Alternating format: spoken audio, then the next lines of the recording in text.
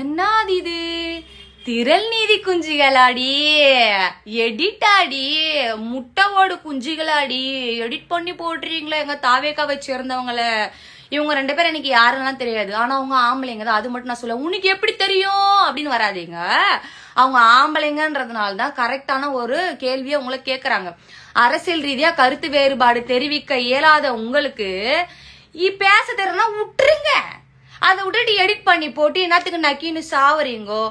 நீங்க பேசாத ஆபாச வார்த்தையா? ஏன் ஓப்பனா சொன்னா நான் பேசாத வார்த்தையா, எனக்கு தெரியாத வார்த்தையா எல்லாமே பேசுவேன்.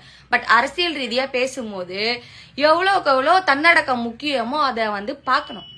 சும்மா இவங்க 2 பேரும் நீங்க எடிட் பண்ணிவிட்டு உங்க கட்சியில திரள் நீதி குஞ்சுகள் கட்சியில, முட்டை ஓடுகள் கட்சியில அந்த பொம்மநாட்டிக பேசுறது மட்டும் இல்ல, மக்களே மக்களே மக்களே அது அப்படின்னும். அது இல்ல. நான் கேக்குறேன், உங்களுக்கு எல்லாம் என்ன பிரச்சனை?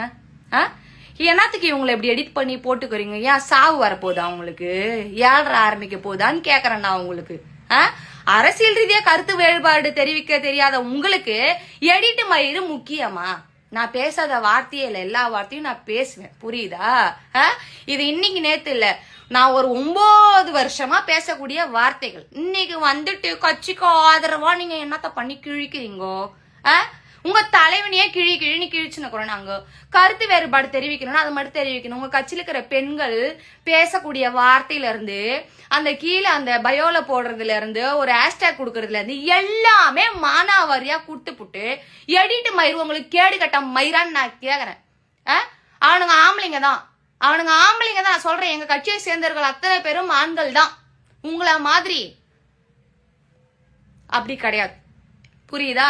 எனக்கு வேர்த்து கொட்டுது, ஒண்ணு பேச முடியல. அப்புறமா பேசுறேன் நான்.